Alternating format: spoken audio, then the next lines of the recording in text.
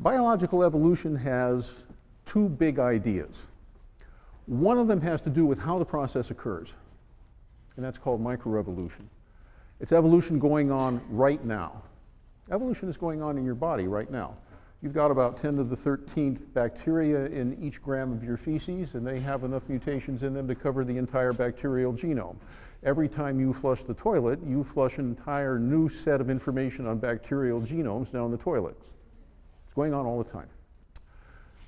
Now, the other major theme is macroevolution. This process of microevolution has created a history. And the history also constrains the process.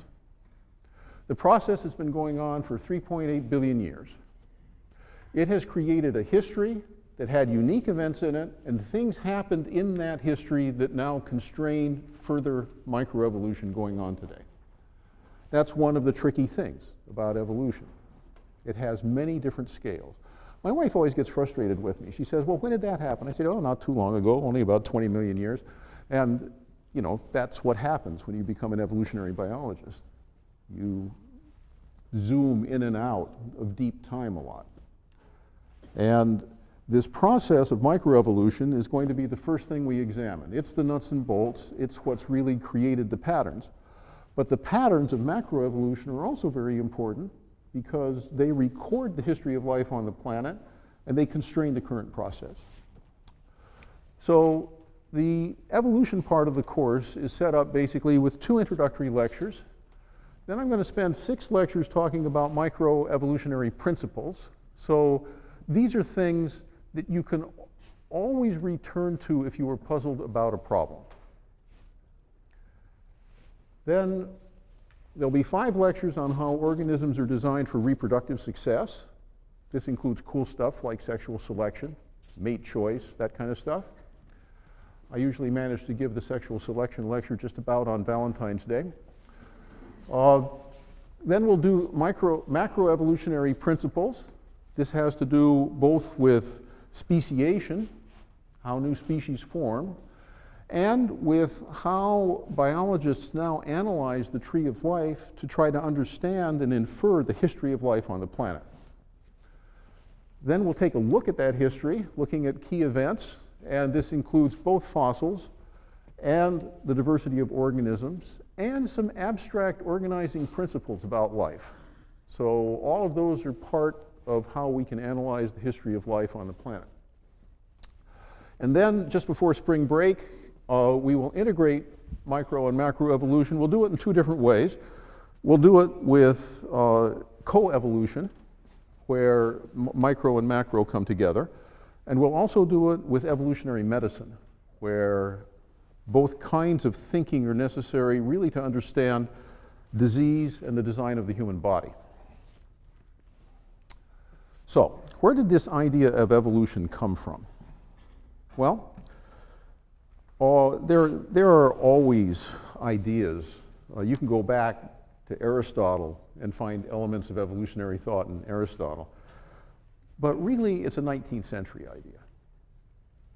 And in order to see how it developed, let's go back to about 1790 or 1800. So at the end of the century of the Enlightenment.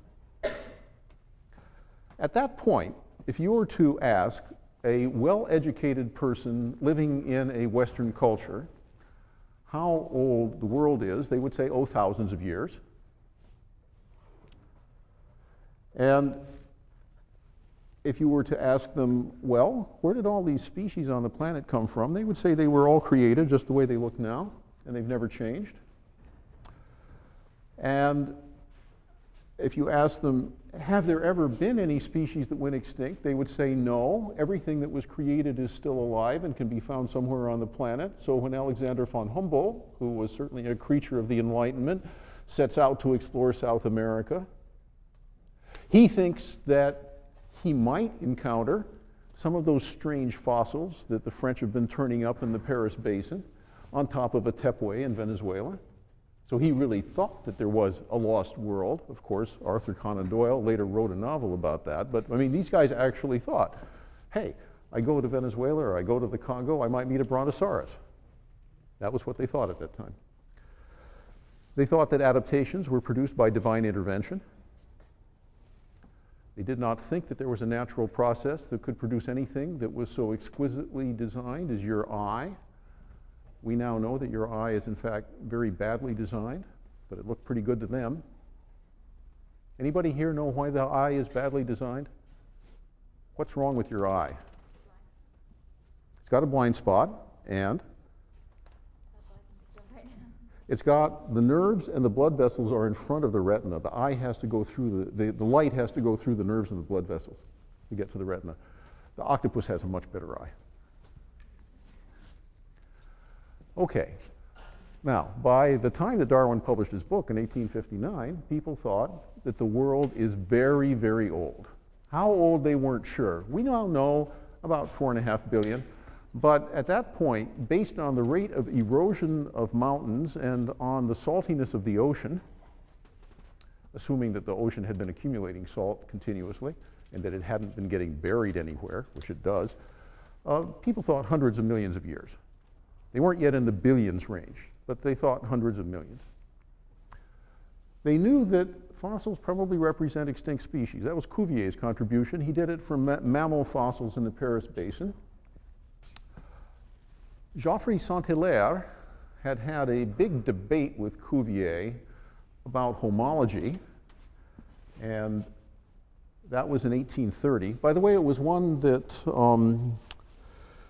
many people throughout Europe followed very closely. This was a very, very key intellectual topic at the time. And it was about homology. Basically, it was about the idea that Geoffroy Saint-Hilaire had that if my hand has 5 fingers, and a bat's wing has 5 fingers, and the fin of a porpoise has 5 fingers, that indicates that we all got those 5 fingers from a common ancestor, and therefore we are related because we had a common ancestor. So you can see that in 1830. That's before Darwin publishes his book. Okay. Then, of course, we have the idea that adaptations are produced by natural selection, and we owe that to Darwin. And I will run through the process he went through between 1838 and 1859 very briefly. This is one of the most important ideas about the nature of life and therefore about the human condition that's ever been published.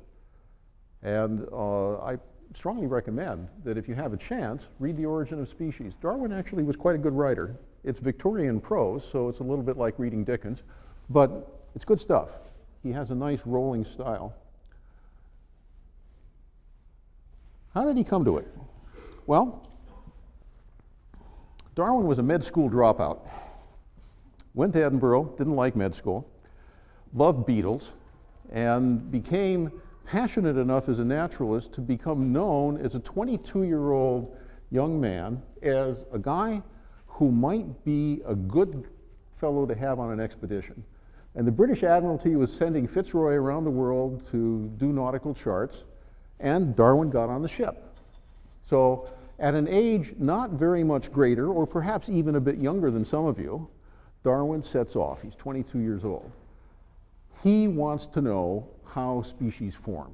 He has set himself that goal. So he's ambitious. He set a clear goal. The goal is to solve one of the most pressing problems that biology has at that time. Where do species come from? Now, the stimulus that he has is in part from Charles Lyell, the geologist, who had discovered deep time. And that convinced Darwin that there would have been enough time. He stops in Argentina. In the banks of a river in Argentina, he can see giant fossil armadillos, and then right on top of that same bank, he can see the current armadillos walking around up on top of the bank. There they are. The live ones are right above the fossil ones. They look the same, but, I mean, they look similar, but they're not the same. So there's some connection there. He gets on a horse in Chile, and he rides up into the Andes, and he sees marine fossils lifted thousands of feet above sea level. Clearly, some dynamic processes going on that had lifted those marine fossils up. He doesn't know about continental drift yet, right? But there the fossils are. In the harbor at Valparaiso, he sees the effects of an earthquake that had happened just before they arrived. It was a big one. It was probably as large as the earthquake that recently caused the big tsunami in Indonesia, so it was probably an 8.6 earthquake. And it had caused an uplift in the harbor of maybe 50 feet. So he began to see the world as dynamic. Things hadn't always been the way they are. Then he goes to the Galapagos. And please navigate the Galapagos website and have a look at some of these differences. The thing that Darwin noticed is that the mockingbirds are different on the different islands. If you go to the Galapagos, what you'll notice is that if you land on Hispaniola, the mockingbirds really want your water supply, and they will hop onto your head or your knee to try to get at your water supply. But in fact, the mockingbirds all look a little bit different on the different islands, and that's what Darwin noticed. He could also see that the marine iguanas look a bit different and the land iguanas look different. Interestingly, he didn't notice the differences in the finches until he got back to England and gave his collection to the British Museum, and the ornithologist at the British Museum came in and said, "Hey, Darwin, do you realize that the finches on these islands are different?" And that was when he began to really see how many differences could accumulate, how rapidly, when you take a migrant from Central America and put it on an isolated archipelago. So he goes back to London. He's been on board ship for about 4 years. He has a problem with seasickness. He never again sets foot on a ship. He doesn't want to go near the water after being 4 years on this ship. He had a few issues with the captain too, Fitzroy, but mainly it was that he had a very bad upset stomach on board the Beagle. He reads the Reverend Malthus on population growth. Malthus's book had come out in 1798. Malthus said basically that populations grow exponentially, but agriculture grows linearly. Therefore, populations will always outstrip their resource base. This convinced Darwin that all organisms are in a competitive struggle for resources and that that must inevitably be the case. He saw very clearly how powerful reproduction is at generating exponential population growth.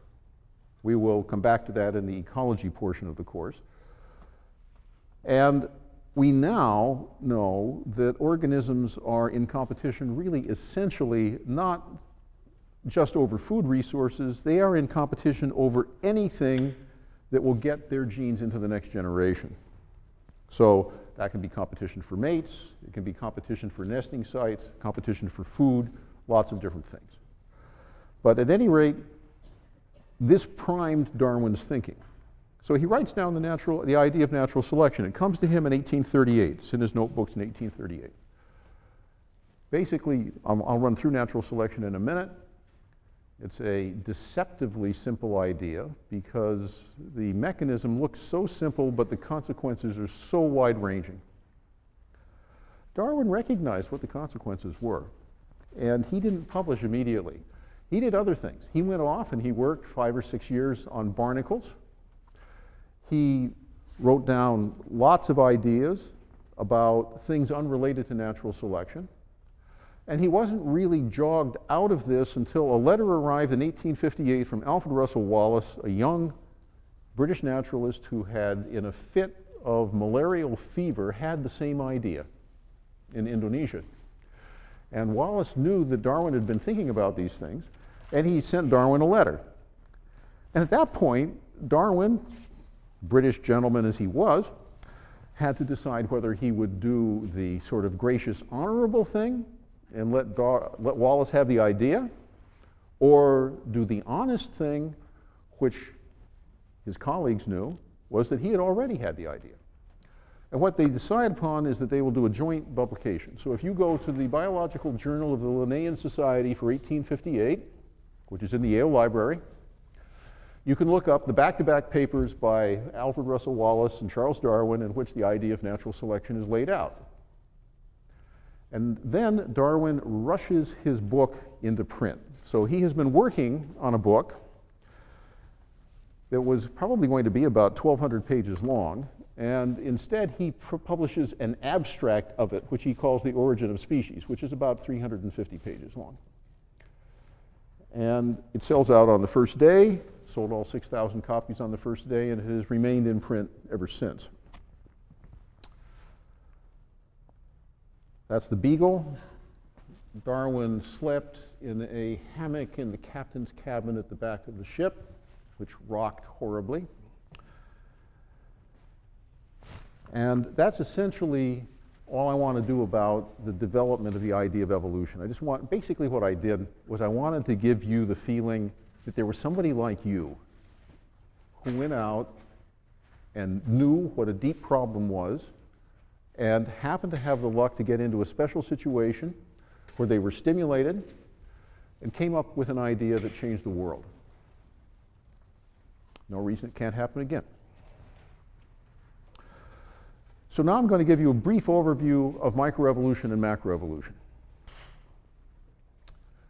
Here's natural selection. Here's Darwin's idea. If in a population there is variation in reproductive success, what does that mean? Would everybody in the room raise their hand if they're an only child? Look around. There are about 5 or 6. How many of you come from families with 2 children? Lots. How many with 3? Quite a few. How many with 4? Quite a few, but not about as many as there were with only children. Anybody with 5? Yeah, a couple. Anybody with 6? No. If we were, by the way, in the 19th century, at this point, there would still be lots of hands going up. What you've just seen is the amount of variation in reproductive success represented by the families in this room. Variation in reproductive success basically means that different families have different numbers of offspring, or different individuals have different numbers of offspring. Then there has to be some variation in a trait. How many of you are under 5 feet 5? Raise your hands. How many between 5'5" and 6 feet? How many over 6 feet? Lots of variation in height in this room. So we got lots of variation in reproductive success, lots of variation in height. Has to be a non-zero correlation between reproductive success and the trait. On this particular trait, there's been some research. Turns out that taller men have more children. I don't know whether that's just an NBA effect or what that is, but turns out to be true in many societies. So there is a non-zero correlation between the reproductive success and the trait. Then there has to be heritability for the trait. The heritability of height in humans is about 80%. So all of the conditions for natural selection on height are present in this room. All you have to do is go out and have kids, and it will happen. So if you ever are in doubt about whether evolution is operating in a population, go back to these basic conditions. You can always decide whether it's likely to be operating or not. We can turn natural selection off by violating any of these 4 points. If there's no variation in reproductive success, for example, if there is lifetime monogamy and a one-child policy, there will be 0 variation in reproductive success if everybody just has 1 child. Of course, some people will still have 0, okay? But that's about as close as you can get. If there's no variation in the trait, if the trait is like 5 fingers, there are very few people with 6 fingers. There are some, but very few. If there's a non-zero correlation between reproductive success and the trait, if there is a 0 correlation between reproductive success and the trait, we'll go into all the conditions for that. That results in neutral evolution, okay? Then things just drift. We'll have a whole lecture on that. Or if the trait is not heritable, if there's no genetic component to it, then it won't evolve. So natural selection, I wonder why it's doing that. Sorry. Natural selection does not necessarily happen. It only happens under certain conditions. Essentially, in picture, this is what I've just told you about natural selection. If there's variation in the trait, represented on the x-axis, and there's variation in reproductive success based on the y-axis, and there is a correlation between the two, represented by the fact that I can just about draw a straight line between these points, natural selection will occur and it will push the trait to the right.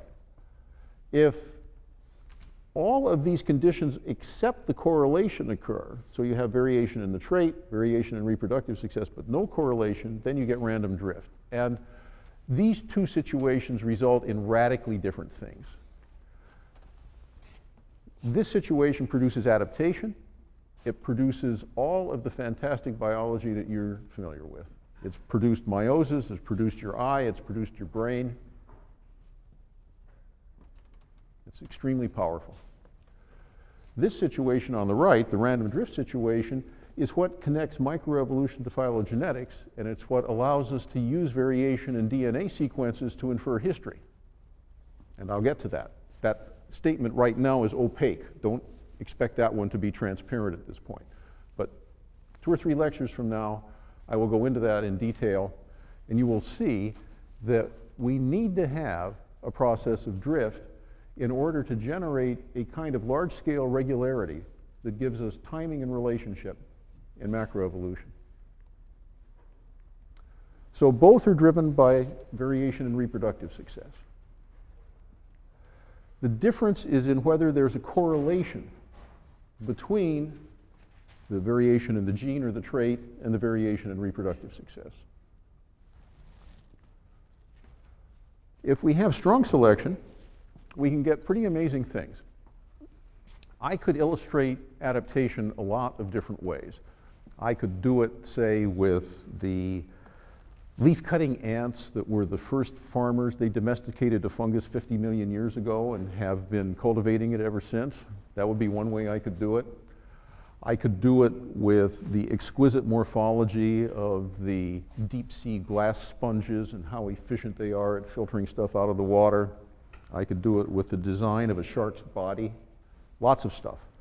I'll do it with bats, in part because when I was a Yale undergrad, I worked on bats in this building. We had a guy that did research on bats at that time.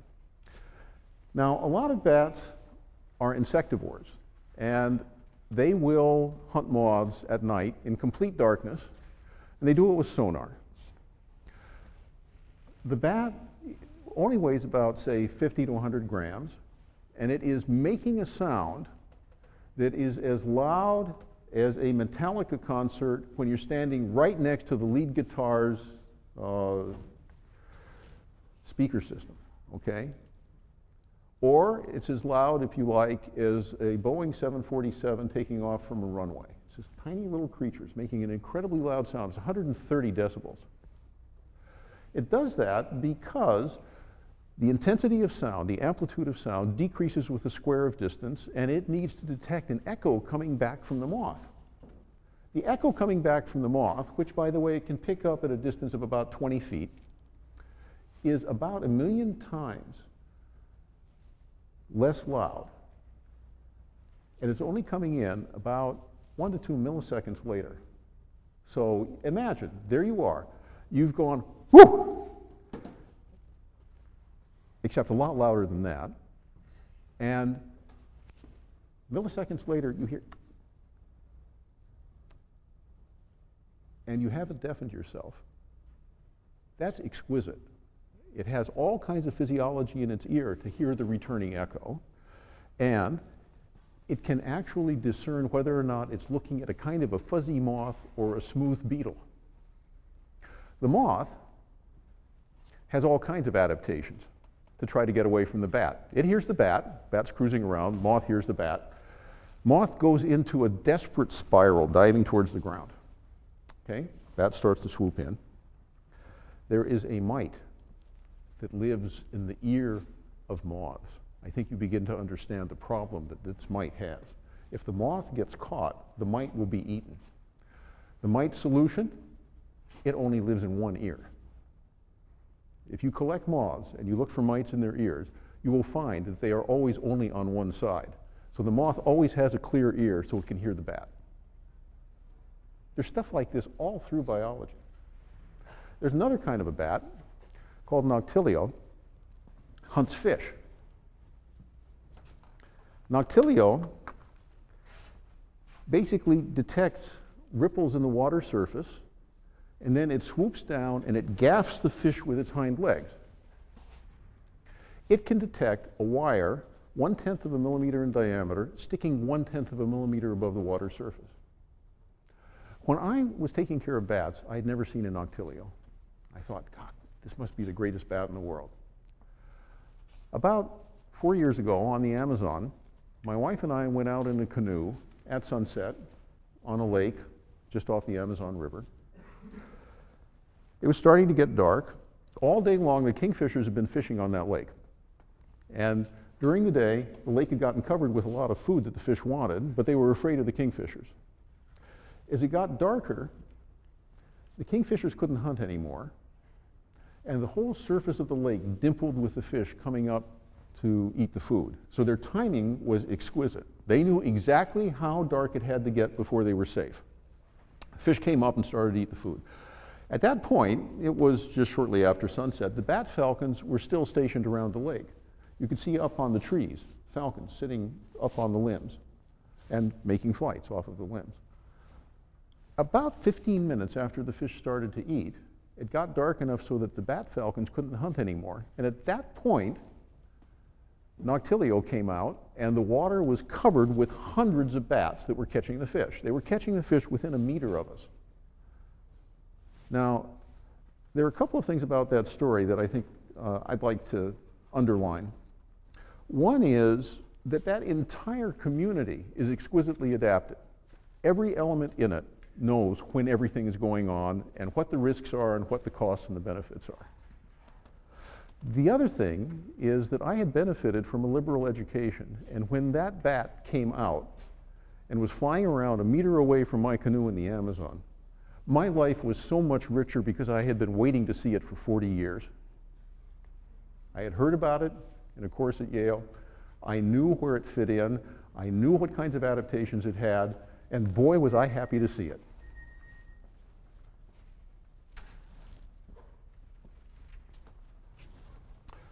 So, adaptation can be impressive. Drift is something that actually appeals to the geeks among us. I have a geeky side too, okay? Drift isn't such a morphologically or artistically beautiful thing. It's a mathematically beautiful thing. Drift happens whenever there is no correlation between reproductive success and variation in a trait, and it produces patterns like this. So here we start off with 20 populations, and we start them all with a gene frequency of 0.5, and we let meiosis, which is like flipping a fair coin, and we let variation and reproductive success take their course, and we just run these populations for 20 generations, and you can see that there's just about an equally likely distribution of end states out here. So we all start off at 0.5, and it gets noisy as we go along. So this is an image of the process of drift. And if any of these populations happens to get up to 1 or down to 0 in terms of gene frequency, the process will stop because those are absorbing states. If the frequency becomes 1, then everybody's got it and there can't be any change. And if the frequency becomes 0, then nobody's got it and there can't be any change. So that's what's meant by absorbing state. Now, to a first approximation, whole organism traits are the products of natural selection. Maybe not in the immediate past, but usually at some point in the history of life, a whole organism trait will have been under natural selection. So it will have been shaped and designed by this process. And to a first approximation, a lot of DNA sequences have been shaped by drift. So we see design in the whole organism and we see noise in the genome. To a rough cut. Lots of exceptions. There are DNA sequences that have clear selective value. In fact, there's a whole literature on this now. If any of you want to write an essay on signatures of selection in the genome, you can find lots of stuff on that now, on how to recognize that a chunk of genome has recently been under selection. There are whole organism traits that have no apparent selective value. For example, the chin.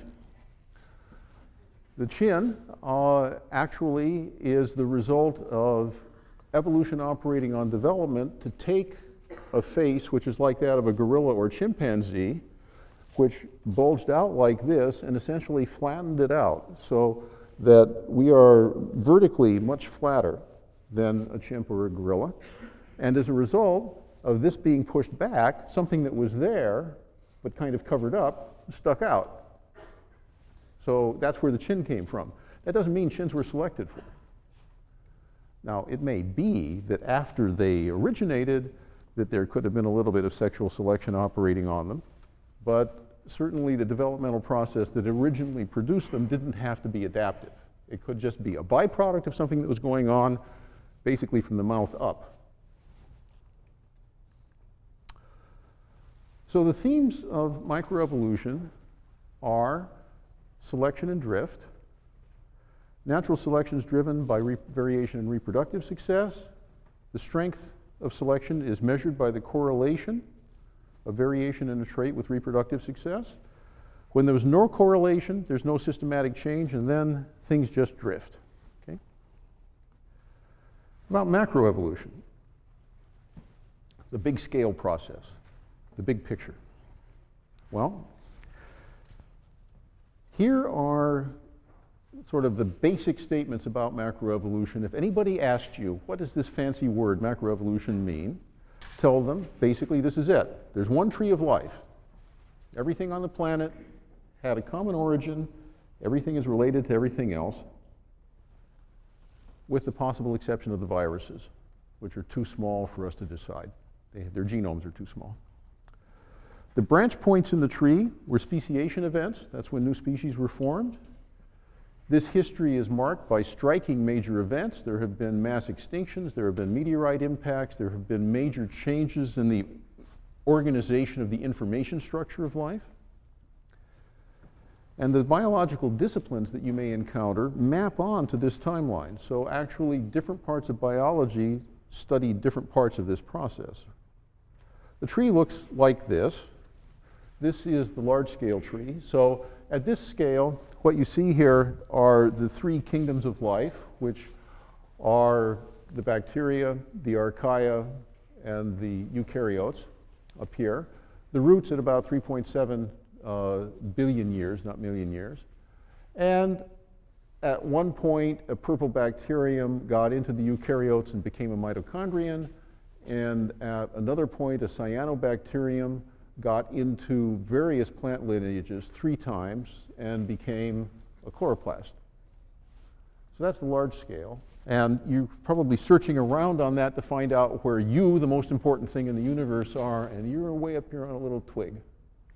Okay? Now, if we blow that up and just look at the multicellular organisms, multicellularity looks like it originated around 800 million to 1 billion years ago. And these are the fungi, these are the things we call the plants, multicellular plants. And then off in this direction, we have got a fairly complicated series of branches that end up with us being up here. Okay? The things that are, this was done by Tom Pollard in MCDB about 5 years ago.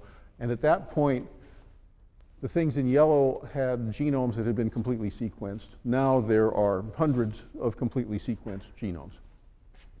So, for the first 2 billion years of life, most of the actions down in the basal radiation, so going on with bacteria, archaea, and the eukaryote ancestor, single-celled things. We're just, at that scale, we're just way up at a small twig on the tip. And symbiotic events brought mitochondria and chloroplasts into eukaryotic cells. Already, this is telling you something interesting about yourself. You are a community of genomes. You are not a unitary genome. You've got that mitochondria in you. The main themes are basically that the speciation events that have occurred, particularly over the last billion years or so, have created a tree of life that describes the relationships of everything on the planet. Systematic biology, phylogenetics, tries to infer the history of life by studying those relationships. And there's a real deep issue here of how do we infer the tree. The organisms don't come with a barcode on their foreheads telling us who they are related to. We have to try to figure out who they're related to. And when we understand the relationships, then we know the history, because the relationships define the history. So we work with hypotheses about history, and we test these hypotheses against each other and try to come up with the one that's most consistent with the data that we've got. And they give us a historical framework within which we can then interpret what's happened. There are major events that have happened. Briefly, these are they. Life originates about 3.6 to 3.9 billion years ago. And by the way, it seems to have originated fairly quickly. Within probably about 100 million years, see, I'm being an evolutionary biologist again, within just 100 million years, after water could exist on the surface of the planet in liquid form, so following the meteorite bombardment, when the surface of the planet cools down enough for water to be liquid, life probably originates pretty quickly. And arguably, within the first 100 generations, the first parasites were around. So those things happen pretty quickly. Then eukaryotes and meiosis, which is how a biologist refers to organized sex, happen about 1.5 to 2.5 billion years ago. Multicellularity, which gives us developmental biology, about 1 billion years ago. All the major body plans for animals appear to have, with the exception perhaps of the jellyfish and a few of their relatives, they all seem to have originated about 550 million years ago. There was a near loss of life on the planet in the Permian mass extinction. We will study that later in the course. You're welcome to write an essay on mass extinctions if you want to. You know, big death is kind of exciting. It seems to have occurred basically by a process of poisoning of the oceans. The flowers radiate about between 65 and 135 million years ago.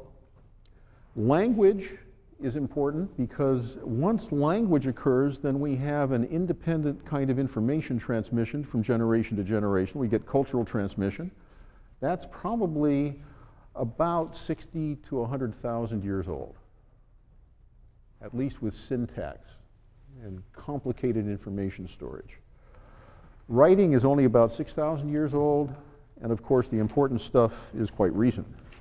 So this is a view of life that goes from bacteria to dinosaurs to rock and roll.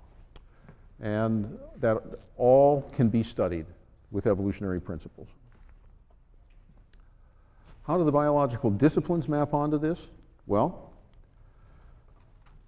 microbiology and biochemistry try to study things that are common to all life. That means that the same chemical reactions that go on in bacteria go on in the human liver, and that's about 1.5 to 4 billion years old. Okay?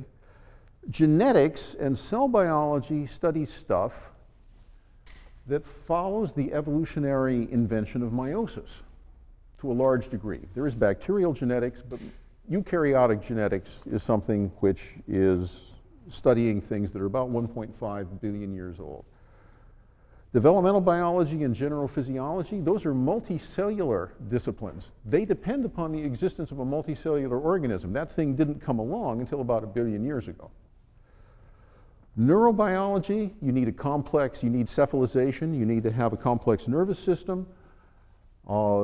That studies phenomena that are probably about 500 to 600 million years old. Same for behavior. There are several anthropologists in the class. You guys are studying things that probably originated along our branch of the tree within the last 15 to 20 million years. So there is a temporal assembly of biology as a discipline as well as there is of life on the planet. So the key concepts from this lecture are that there are two kinds of explanation in biology. One is the proximate or mechanical question, which is answered by studying how molecules and larger structures work. Those are basically physical and chemical explanations. And then there are the evolutionary questions, which is, why does the thing exist? Why did it get designed this way? And that can be answered either through selection or through history, or the best way to do it is to use both and combine those explanations.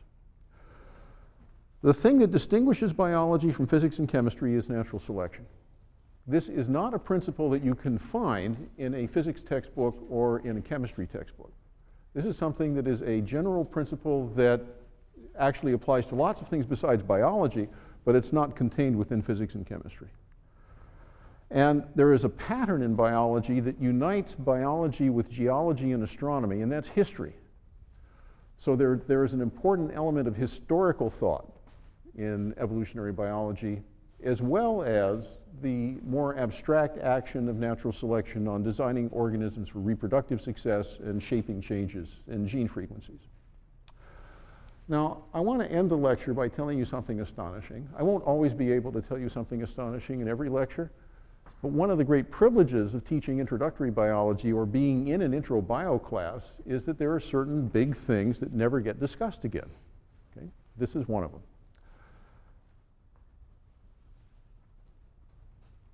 We are continuous with non-life. Here's how I'm going to convince you of that. Think of your mother. Now think of her mother. Now think of your mother's mother's mother. Now I want you to go through a process like you've done in math where you do an inductive proof. You just go back. Just let that process go, okay? Back you go in time. Speed it up now, okay? We're back at 10 million. Now we're at 100 million. Now we're at 1 billion years. Now we're at 3.9 billion years. Every step of the way, there has been a parent. 3.9 billion years ago, something extremely interesting happens. You pass through the origin of life, and there's no parent anymore. At that point, you are connected to abiotic matter. Now, this means that not only does the tree of life connect you to all the living things on the planet, but the origin of life connects you to the entire universe. That's a deep thought. Every element in your body, which is heavier than iron, and you need a number of them, was synthesized in a supernova. The planet that you're sitting on is a secondary recycling of supernova material. And your bodies are constructed of that stuff, and they use it in some of their most important processes. So the vision that evolutionary biology gives you is not only the practical one of how to think about and analyze how and why questions in biology. It's also a more general statement about the human condition, and I hope it's one that you'll have time to reflect on. Next time we'll do basic genetics.